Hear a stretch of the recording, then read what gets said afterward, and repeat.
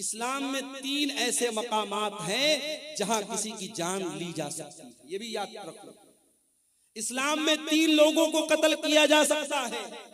Number 1, अस्सय्यिबुज़्ज़ानी, शादीशुदा इंसान अगर जिना कर रहा है और इस्लामी हुकूमत है, चाहे वो मर्द हो चाहे वो औरत हो, इस्लामी हुकूमत के अंदर शादीशुदा जानी की सजा सजाए मौत है, उसे रज्म किया जाएगा, पत्थरों से मार मार के खत्म किया जाएगा।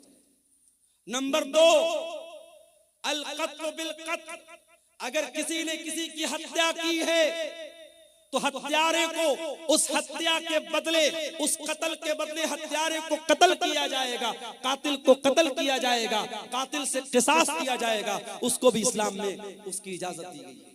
और नंबर 3, अल मुफारिक़ु लिदीनिही, इस्लामी हुकूमत के अंदर अगर कोई मुसलमान रहता है, वो इस्लाम को फॉलो करते करते अगर इस्लाम को छोड़ देता है और किसी दूसरे मजहब को स्वीकार कर लेता है, मुर्तद हो जाता है, मुशरिक हो जाता है, काफिर हो जाता है, अगर इस्लामी हुकूमत के अंदर ऐसा काम करता है तो इस्लाम में मुर्तद की सजा सजाए मौत है। इस्लाम ये कहता है अगर आप इस्लामी हुकूमत में रहते हैं, आप इस्लाम को छोड़ के किसी और मजहब पर अमल करते हैं, कोई मसला नहीं है, आप रह सकते हैं। लेकिन अगर आप इस्लाम को फॉलो करते हैं और इस्लामी हुकूमत के अंदर रहते हुए आप अगर मुर्तद होते हैं, अल्लाह के दीन को छोड़ करके कोई और दीन अपनाते हैं, तो फिर ये माफी के लायक जुर्म नहीं है, ये माफ करने के लायक अपराध नहीं है, और इस्लामी हुकूमत में उसकी सजा सजाए मौत है। ये 3 गुनाह ऐसे हैं जिन पर इस्लाम में कत्ल करने की इजाजत दी गई है। अल्लाह कह रहा है वला यक़्तुलून अन-नफ्सल्लती हर्रमल्लाहु इल्ला बिल हक़्क़ि, मेरे नेक बंदे वो हैं, मेरे स्पेशल बंदे वो हैं जो किसी निर्दोष की हत्या नहीं करते, वला यज़नून, और जिना नहीं करते। ये तीसरा बड़ा गुनाह है, जिना करना, बदकारी करना, शर्मगाह का गलत इस्तेमाल करना, ये जिनाकारी और बदकारी इस्लाम की नजर में तीसरा बड़ा गुनाह है। इसीलिए जब अल्लाह के नबी से पूछा गया, आए अल्लाह के नबी, अय्युज़ ज़म्बि आज़मु इंदल्लाह, अल्लाह के नजदीक सबसे बड़ा गुनाह क्या है? आपने फरमाया अंतजाला लिल्लाहि निद्दन व हुवा खलक़क, सबसे बड़ा गुनाह यह है कि तुम अल्लाह के बराबर किसी को करार दे दो। पूछा गया अय अल्लाह के नबी, उसके बाद दूसरा सबसे बड़ा गुनाह क्या है? आपने फरमाया अन तक़्तुला वलदक खशियत अन यतममक, अपनी औलाद को कत्ल कर देना इस डर से कि वो औलाद तुम्हारे साथ खाए।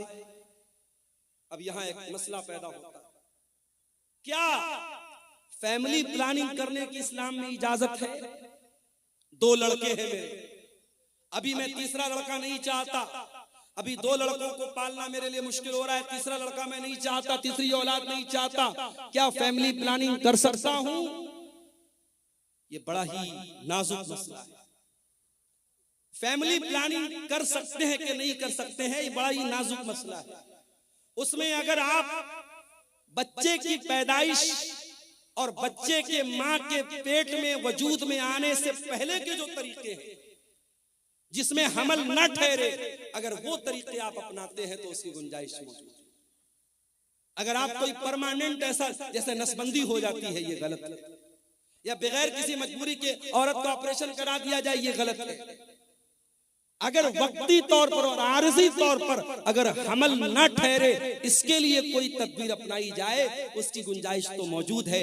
मगर एक बार अगर प्रेगनेंसी वजूद में आ गई, हमल वजूद में आ गया, अब उसके बाद उसको डिस्ट्रॉय करना, उसको एबॉर्शन करना, उसको खत्म करना मां के पेट में, मेरे प्यारे साथियों, ये औलाद का कत्ल है और ये उस जान का कत्ल है, और इसका हिसाब आपको देना। हाँ, अगर कभी ऐसा हो गया कि हमल ठहर गया और औरत की सेहत और उसकी तंदुरुस्ती इस लायक नहीं है कि वो बच्चे को जन्म दे, क्या है? चांदी की का पायल किसी अल्लाह की बंदी ने, किसी हमारी बहन ने ये दिया है, इस मस्जिद का चंदा है, मदरसे का, ईदगाह के लिए, ईदगाह के लिए दिया है। अल्लाह ताला इस बहन के इस चंदे को कबूल फरमाए।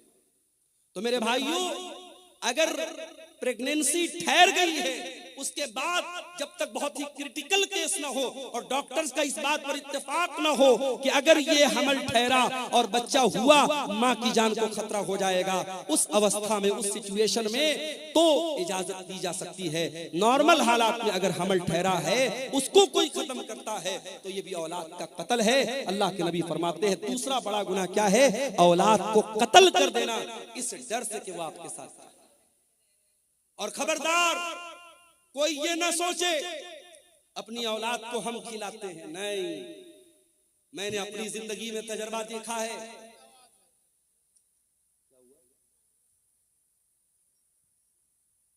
मेरी 3 बेटियां हैं। 2013 में शादी हुई, 14 में मेरी बड़ी बेटी पैदा हुई। मैंने जिंदगी में अपना तजर्बा मैं आपको बता रहा हूं, मैंने महसूस किया है।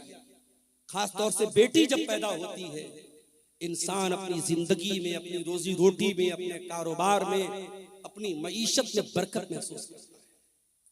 औलाद अपना मुकद्दर लेके आती है।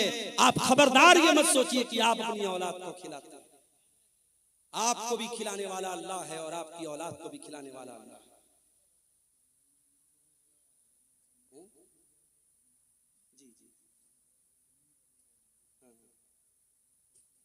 चंदा बहुत कम हुआ है, इसलिए शेख मोहतरम से गुजारिश है कि अच्छा ठीक ठीक ठीक।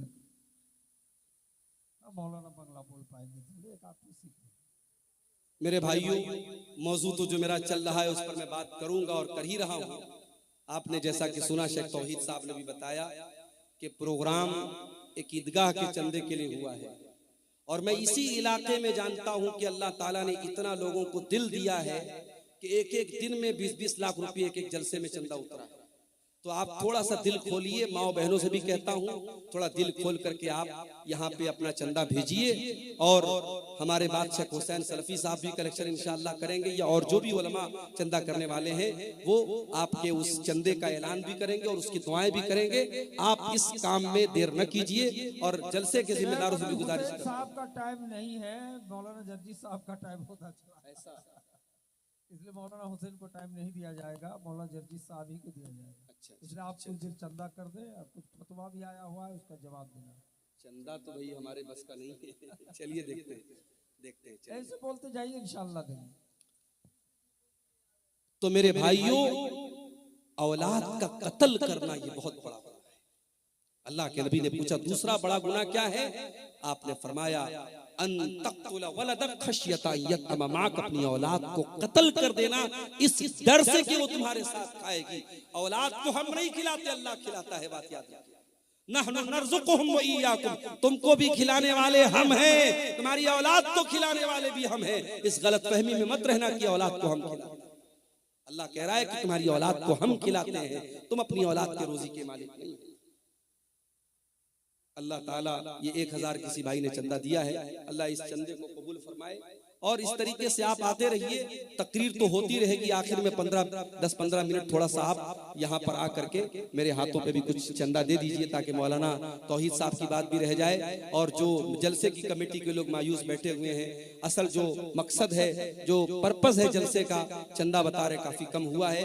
आप हजरात बहुत बड़ी तादाद में आए हैं, इतनी बड़ी भीड़ और इतना बड़ा मजमा अगर आए और ईदगाह जैसी पाकीज़ा जगह के लिए जहां साल में इबादत होगी, ईद और बकरीद की नमाज होगी, और एक बार ये जमीन खरीद ली गई तो समझो जब तक वो जमीन रहेगी और नमाज पढ़ी जाती रहेगी, सवाब आपको मिलता रहेगा। परमानेंट आप सदका करके इंशाअल्लाह जाएंगे, सदका जारिया, तो जरूर आप इसमें हिस्सा लें। देखिए आप हजरात मौलाना का हाथ पर दे और दुआ ले लीजिए। मौलाना मुसाफिर आदमी हैं, 2000 रुपए से आए हैं, इसलिए उनके हाथ में दीजिए। इंशाअल्लाह उर्दू में भी दुआ देने में नेकी मिलेगी। और जलसा कमेटी के लोगों से गुजारिश है कि माँ बहनों के पिंडाल में चादर लेके जाएं, जिनको जिम्मेदारी है। जो भी माँ बहनों के पिंडाल में भी, जेंट्स पिंडाल में भी चादर लेके जाएं। तो अल्लाह के नबी से पूछा गया कि दूसरा बड़ा गुनाह क्या है? आपने कहा औलाद को कत्ल करना। फिर पूछा गया अल्लाह के नबी तीसरा बड़ा गुनाह क्या है? आपने फरमाया अंतुजानिया हलीलत जारिक, अपने पड़ोसी की बीवी के साथ जिना करना। जिना तो किसी भी औरत के साथ करना हराम है, पड़ोसी का जिक्र आपने खास तौर से इसलिए किया क्योंकि पड़ोसी के ऊपर भरोसा करता है। अगर कोई अपने पड़ोसी के साथ विश्वासघात करे, पड़ोसी के भरोसे का खून करे तो ये डबल गुनाह है, ये गुनाह पर गुनाह है। इसलिए अल्लाह के नबी ने पड़ोसी का खास तौर से जिक्र किया। तो ये 3 बड़े बड़े गुनाह हैं। रहमान के खास बंदे न तो शिर्क करते हैं, न कत्ल करते हैं, न ज़िना करते हैं। और अल्लाह आगे क्या कहता है, वमन यफ़अल ज़ालिका यल्क़ा सामा, और जो भी इंसान शिर्क करेगा, किसी निर्दोष की हत्या करेगा या ज़िना करेगा, वो बहुत बड़ी मुसीबत उठाएगा और बहुत बड़े गुनाह में पड़ जाएगा।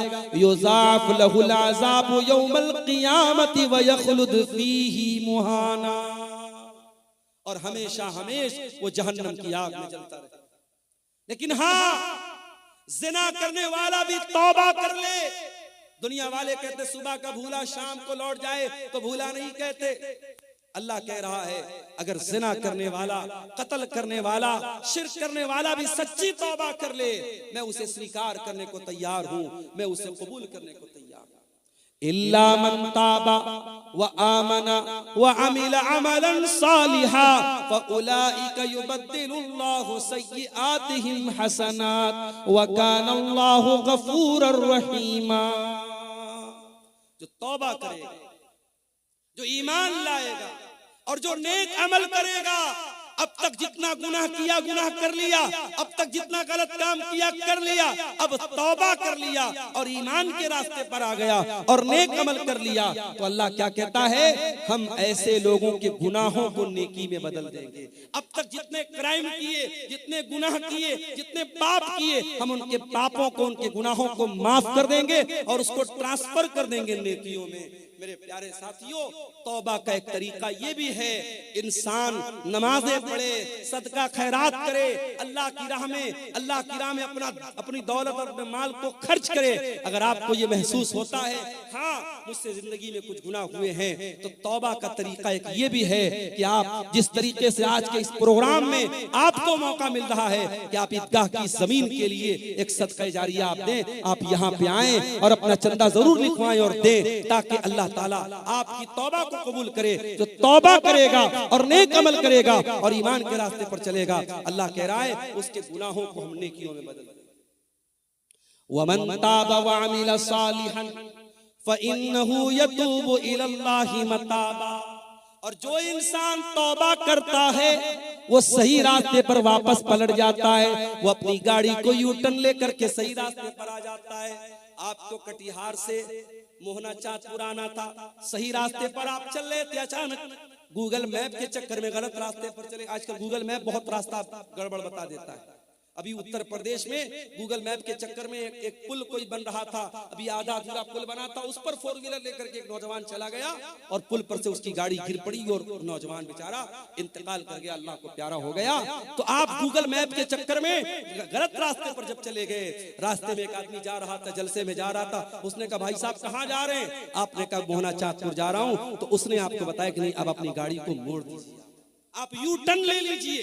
तो तौबा भी यू टर्न है मेरे प्यारे साथियों। जब आप तौबा करते हैं, जब आपने गुनाह का काम किया, हमने कोई गलत काम किया, उस वक्त तक हम गलत ट्रैक पर चल रहे थे, गलत रास्ते पर चल रहे थे, जैसे ही हमने तौबा कर लिया, अल्लाह कह रहा है फइन्नहु यतूबु इलल्लाहि मताबा, हम अल्लाह के रास्ते की तरफ लौट के चल जाए।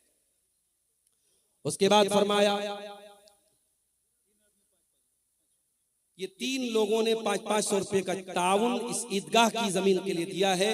अल्लाह तबारक व तआला इनके इस चंदे को भी कबूल फरमाए, और जो भी भाई अभी सोच विचार में पड़े हैं, अल्लाह उनको तौफीक दे के वो आए और अपनी अपनी हैसियत और कैपेसिटी के एतबार से जरूर इस कार्य खैर में हिस्सा लेकर के जाएं। मैं बात कर रहा हूँ कुरान के 19वें पारे की सूरह फुरकान की आयतों को आपके सामने पढ़ रहा हूँ, और रहमान के विशेष बंदों और खास बंदों की कुछ क्वालिटीज है मालूम इसका क्या है? अच्छा, दुकानदारों ने दिया, माशाअल्लाह। ये झोले में कुछ रकम आई है, अब ये इसको लोग इनके बताएंगे कितनी रकम है। ये हमारे सड़क के जो दुकानदार भाई हैं, उन लोगों ने इसको आपस में कलेक्शन करके दिया है। अल्लाह ताला उनके देखिए साइड से सब आके चंदा दीजिए, मौलाना का हाथ से मुसाफा कीजिए। जरूरी नहीं है कि कोई 1 लाख 2 लाख रुपए चंदा दे तभी चंदा होता है। मस्जिदें बनती हैं, ईदगाह की जमीन खरीदी जाती है। मैंने देखा है कोई ऐसा भी अल्लाह का बंदा होता है जिसकी 100 रुपए की ताकत है, वो 100 रुपया बड़े कलेजे से लाके देता है, बड़े दिल के जज्बे के साथ लाके देता है।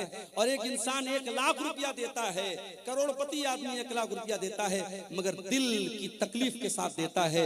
अल्लाह के यहाँ उस करोड़पति का दिया हुआ 1 लाख रुपये का चंदा वो 19 पड़ जाता है, और वो 100 रुपये का चंदा उस गरीब इंसान का अल्लाह के उसका मकाम ज्यादा बुलंद हो जाता है। इसलिए मेरे प्यारे साथियों, ये न समझना कि हम तो कोई छोटा मोटा हम क्यों अमाउंट देने जाएं। आप जो भी हो रहा है, यहाँ स्टेज पर लोग बैठ करके चंदा का कलेक्शन कर रहे हैं, आप आइए। मुझे मुनासिब नहीं लग रहा है, मौजू के बीच में बार बार डिस्टरबेंस भी हो रहा है, लेकिन मैं चाहता हूं कि जलसे वालों की बात भी रह जाए। आप आकर के जरूर इस ईदगाह में अपना ताउन कीजिए। हमारी जलसा कमेटी के लोग भी चादर लेके जा रहे हैं, और खवातीन में भी, महिला पिंडाल में भी मैं गुजारिश करता हूँ कमेटी के लोगों से, वहां 2-4 औरतों को सौंप दीजिए, और चादर में आप लोग जो ताउन कर सकते हैं करें। मुझे मुनासिब नहीं लग रहा है बीच में बार बार मौजू को, टॉपिक को छोड़ करके चंदे की बात करना।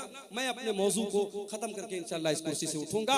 रहमान के खास बंदों की हम पहचान बता रहे हैं आपको, उनकी विशेषताएं बता रहे हैं, उनकी खूबियां बता रहे हैं। अल्लाह ने कहा रहमान के खास बंदे शिर्क नहीं करते, जिना नहीं करते, कत्ल नहीं करते। और आगे, वल्लज़ीना ला यशहदून ज़ूर, और अल्लाह के खास बंदे वो हैं जो किसी गुनाह के काम में, किसी गलत काम में शामिल नहीं होते। नए साल की रात आ रही है, 31 दिसंबर की रात आ रही है। बड़े बड़े शहरों में बड़े बड़े होटल बुक हो जाएंगे, नाचने गाने वालियां महंगे महंगे अमाउंट के ऊपर उनको हायर किया जाएगा, कई कई हजार का पास और टिकट लगाया जाएगा, और होटलों में महंगे महंगे टिकट दे करके नाच गाना देखने और शराब पीने जाने वालों में, मेरे प्यारे साथियों, एक बड़ी तादाद में मुसलमान नौजवान और लड़के लड़कियां भी शामिल होते हैं। कुरान क्या कहता है, वल्लज़ीना ला यशहदून ज़ूर, अल्लाह के खास बंदे झूठी गवाही नहीं देते और किसी गलत काम में शामिल नहीं होते। व इज़ा मर्रू बिल्लग़्वी मर्रू किरामा, और जब वो किसी लग़्व चीज के पास से गुजरते हैं तो शराफत से गुजर जाते हैं। आप मार्केट में जा रहे हैं, आप रेलवे स्टेशन के पास जा रहे हैं, आप एयरपोर्ट के पास से जा रहे हैं, और कोई लग़्व चीज, कोई नामुनासिब चीज आपकी नजरों के सामने से आई, तो आप अगर उसको देखने लगते हैं या उस गलत काम में आप इन्वॉल्व हो जाते हैं, अल्लाह ताला हम सब की हिफाजत फरमाए। मेरे प्यारे साथियों, रब्बुल आलमीन अगर आप किसी लग़्व चीज के पास से गुजरते हैं तो कुरान क्या कहता है, मेरे स्पेशल बंदे, वइज़ा मर्रू बिल्लग़्वी मर्रू किरामा, शराफत के साथ वहां से गुजर जाते हैं। उसके बाद फरमाया, वइज़ा ज़ुक्किरू बिआयाति रब्बिहिम लम यखिर्रू अलैहा सुम्मन व उमियाना, वल्लज़ीना इज़ा ज़ुक्किरू बिआयाति रब्बिहिम, और रहमान के खास बंदों की एक पहचान ये भी है, जब उनके सामने कुरान पढ़ा जाए, जब उनके सामने उनके रब की आयतें पढ़ी जाए, वो अंधे और बहरे बन करके, वो गूंगे और बहरे बन करके नहीं गिर पड़ते। जलसा हो रहा है, तकरीर हो रही है, आप एक कान से सुन करके दूसरे कान से उड़ा रहे हैं, न कुरान की आयतों पर गौर हो रहा है, न मुकर्रिर की आलिम की बातों पर गौर हो रहा है, न अमल हो रहा है। तो याद रखिए मेरे प्यारे साथियों, अल्लाह के नेक बंदों का ये तरीका नहीं है। अल्लाह के नेक बंदे क्या करते हैं, वो गौर करते हैं, वो बातों को कैच करते हैं, वो समझने की कोशिश करते हैं, वो अमल करते हैं। वल्लज़ीना इज़ा ज़ुक्किरू बिआयाति रब्बिहिम, रहमान के खास बंदों के सामने जब उनके परवरदिगार की आयतें पढ़ी जाती हैं, लम यखिर्रू अलैहा सुम्मन व उमियाना, वो अंधे और बहरे बन करके नहीं गिर पड़ते। देखिए ये बच्ची रो रही है, एक बच्ची रो रही है, ये बच्ची को स्टेज पर है, ले जाइए भाई, किनकी बच्ची है, कैसी माँ है, कितनी छोटी बच्ची को छोड़कर कहाँ है, स्टेज में आके ले जाइए, छोटी सी बच्ची है, दिखाइए वो स्क्रीन पर।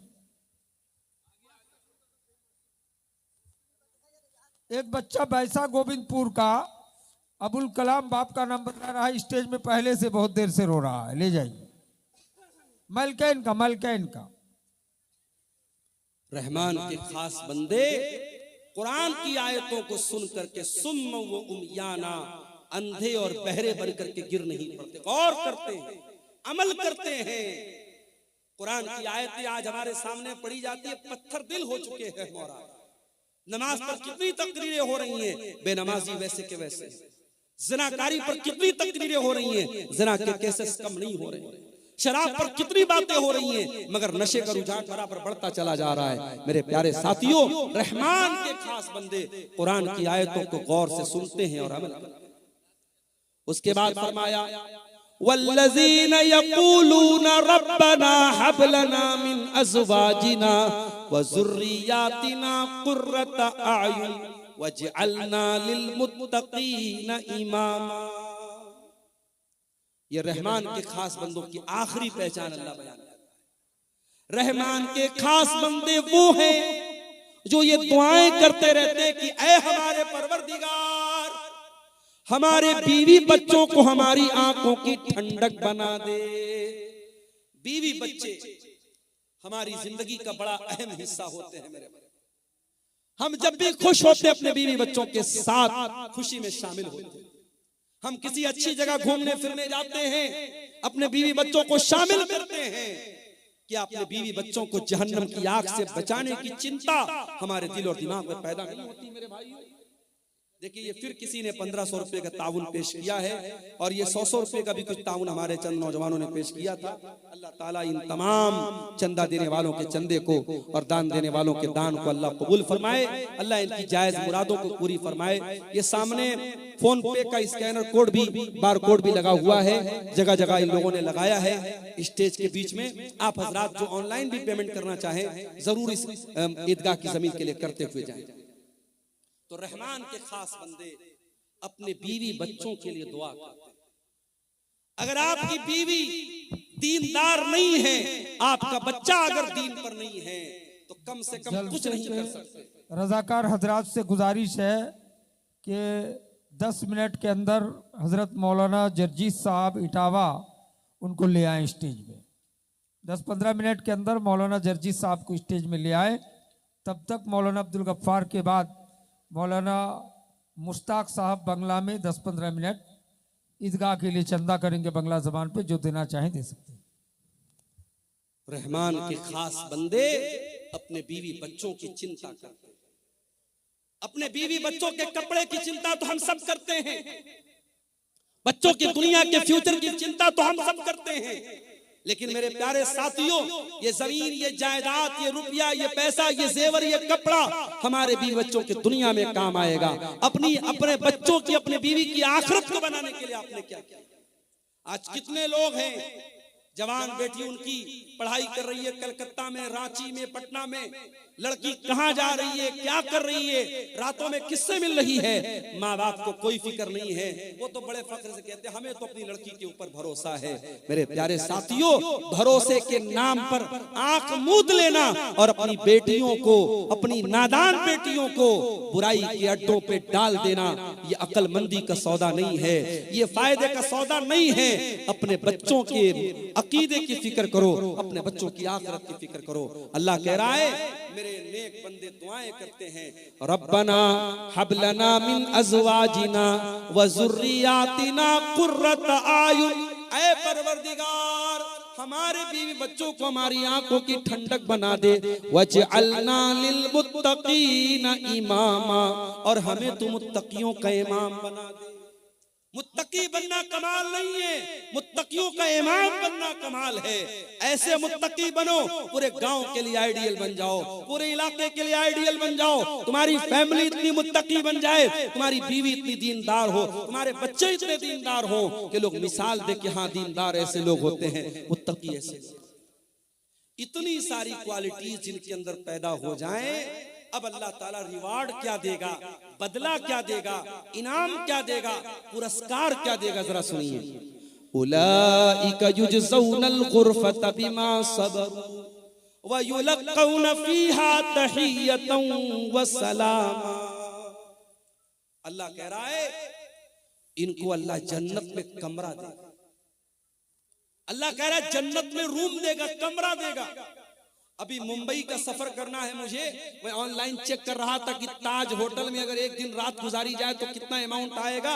तो मैंने इंटरनेट पर चेक किया, बंबई का बहुत 5 स्टार होटल, बड़ा मशहूर होटल है ताज होटल, एक रात गुजारने का अमाउंट कितना आ रहा था? 50,000 रुपया। 50,000 रुपया एक रात का चार्ज है ताज होटल का, जो हमारे मुंबई शहर का बहुत 5 स्टार होटल है, बहुत बड़ा होटल है। लोग चाय पीने जाते हैं ताज होटल में, लोग बताते हैं 700-800 रुपए की एक चाय होती है। जब दुनिया के 5 स्टार होटलों की इतनी उनकी रौनक है कि एक एक रात का 50-50 हजार रुपया चार्ज लोग देते हैं और वहां रात गुजारते हैं, तो सोचो मेरे भाइयों, जन्नत तो हमारे तसव्वुर और हमारे इमेजिनेशन से कहीं ज्यादा खूबसूरत है। और जन्नत के कमरे कैसे होंगे, और जन्नत के महल कैसे होंगे, और जन्नत के खाना पीना कैसा होगा, हम तो तसव्वुर भी नहीं कर सकते। अल्लाह कह रहा है ये क्वालिटीज अगर आपके अंदर पैदा हो जाएं, उलाइका युजज़ौनल गुरफत बिमा सबरू, ऐसे नेक बंदों को उनके सब्र का फल मिलेगा, अल्लाह उनको जन्नत में दाखिल करेगा। और जन्नत में फरिश्ते उनको सलाम करेंगे, फरिश्ते उनको सैल्यूट करेंगे, खालिदीन फीहा, और वो जन्नत में हमेशा रहेंगे।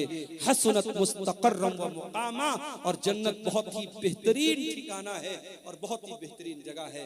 मेरे अजीजों, ये चंद बातें मैंने आपके सामने सूरह फुरकान के हवाले से, कुरान के 19वें पारे के हवाले से आपके सामने रखी है।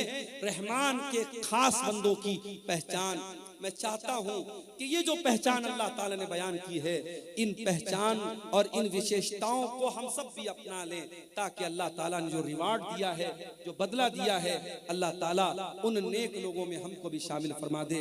मेरे भाइयों, ये जाते जाते जो भाई इस ईदगाह के लिए ताउन करके जा रहे हैं, अल्लाह ताला इन भाइयों के इस चंदे और ताउन को भी कबूल फरमाए। और मजीद जो भाई अब तक पीछे रहे हैं, माँ बहनों से भी गुजारिश करता हूँ, मौलाना जर्जी साहब थोड़ी देर में आएंगे, उसके पहले पहले एक बेहतरीन तकरीर तो आप सुनेंगे, उसके पहले पहले जो भी आप इस ईदगाह के लिए आप चंदा दे सकते हैं, ताउन दे सकते हैं, वो जरूर करके जाएं। हम अल्लाह से दुआ करते हैं, रब्बुल आलमीन अपने खास बंदों में, अपने रहमान तू अपने विशेष बंदों में हमको भी शामिल फरमा दे, और जिन बुराइयों से वो बचते हैं तू हमें बचने की तौफीक अता फरमा, और जो नेक अमाल वो करते हैं वो नेक अमाल तू हमें सबको करने की तौफीक अता फरमा। ऐ अल्लाह, हमें तू जब तक दुनिया में हम जिंदा रहें नेक अमल करने की तौफीक अता फरमा। ऐ अल्लाह, हमारे जिन भाइयों ने आज ईदगाह की जमीन के लिए ताउन पेश किया है, करेंगे, ऐ अल्लाह तू उन सब की जायज मुरादों को पूरी फरमा दे। ऐ अल्लाह, जो मरहूम माँ बाप की तरफ से यहाँ ईदगाह की जमीन के लिए ताउन किया है, ऐ अल्लाह उनके चंदे को भी तो कबूल फरमा दे। ऐ अल्लाह, हमारी नेकियों में तू इखलास पैदा फरमा दे। ऐ अल्लाह, हमें जब तक तू दुनिया में जिंदा रख, इस्लाम पर जिंदा रख, और हम सब का खात्मा ईमान पर हो। आमीन व आखिर दावाना अनिल हम्दुलिल्लाहि रब्बिल आलमीन, वस्सलामु अलैकुम व रहमतुल्लाहि व बरकातहू। जज़ाकुमुल्लाह खैरल जज़ा। ये थे